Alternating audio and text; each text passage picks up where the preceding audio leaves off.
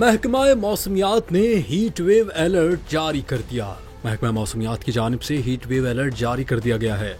महकमा मौसमियात का कहना है कि मुल्क के बेशतर इलाके 13 से 18 अप्रैल तक गर्मी की लपेट में रहेंगे। सिंध, बलूचिस्तान, जनूबी पंजाब में दर्ज हरारत 6 से 8 डिग्री ज्यादा रहने का इम्कान है। 14 से 18 अप्रैल बालाई इलाकों इस्लामाबाद में दर्ज हरारत 4 से 6 डिग्री ज्यादा रह सकता है। महकमा मौसमियात के मुताबिक 13 से 18 अप्रैल के दौरान रात में भी गर्मी होगी। गर्मी की लहर के दौरान आंधी झक्कड़ चलने का भी इम्कान है। महकमा मौसमियात का कहना है कि शहरी दिन के औकात में गैर जरूरी बाहर निकलने से गुरेज करें।